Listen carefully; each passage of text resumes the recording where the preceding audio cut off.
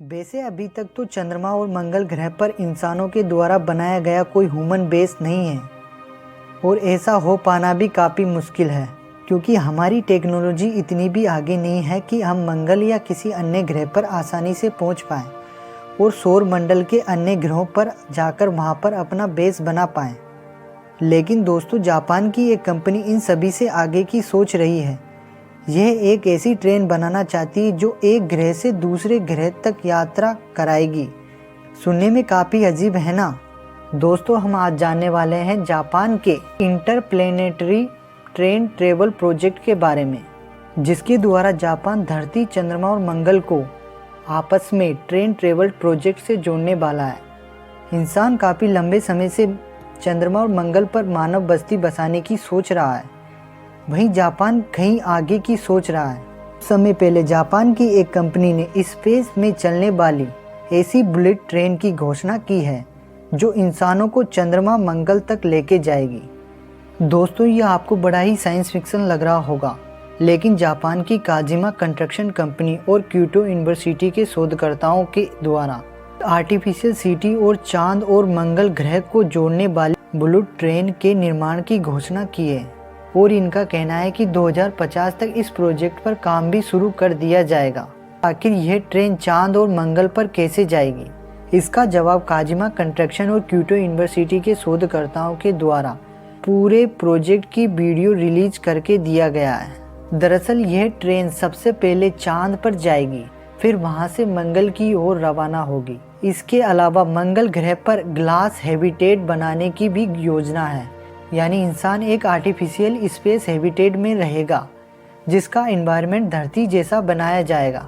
Artificial space habitat में इस बात का भी ख्याल रखा जाएगा कि ग्रेविटी के कारण इंसान की हड्डियां और मांसपेशियां कमज़ोर ना हो, क्योंकि ग्रेविटी के न होने से एक इंसान के शरीर की मांसपेशियां और हड्डियां कमज़ोर होने लगती है।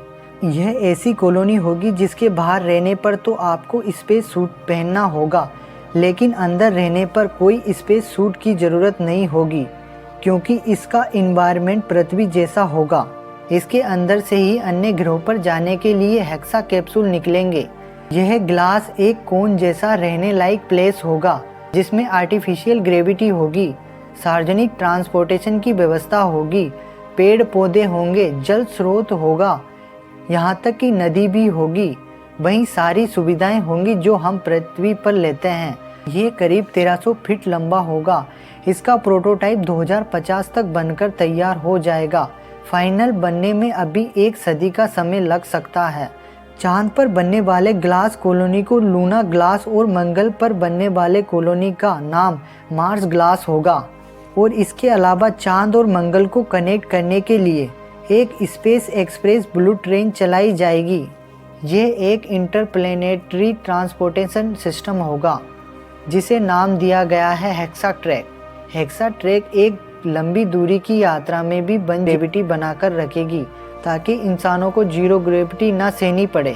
हेक्सा ट्रैक पर हेक्सा कैप्सूल चलेंगे जो हेक्सागोनल आकार के होंगे, जो 15 मीटर लंबे मिनी कैप्सूल होंगे। इसके अलावा 30 मीटर लंबे लार्ज कैप्सूल भी होंगे जो चांद और मंगल की यात्रा कराएंगे।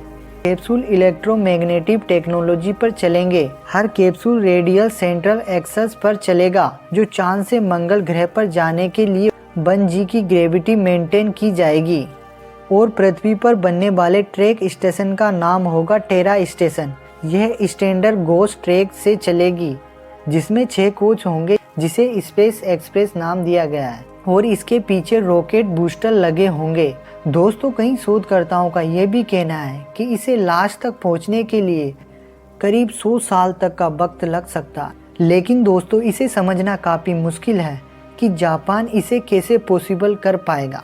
लेकिन जापान के वैज्ञानिकों को उम्मीद है कि वे 2050 तक इसका नमूना तैयार कर लेंगे। लेकिन दोस्तों, सबसे अहम सवाल यह है कि हम इतनी ज़्यादा टेक्नोलॉजी को कैसे डेवलप कर पाएंगे? क्या हम इंसान उस ओर बढ़ रहे हैं? दोस्तों, आपको क्या लगता है कि ये संभव हो पाएगा? आपकी राय कमेंट बॉक्स में ज़रूर दें।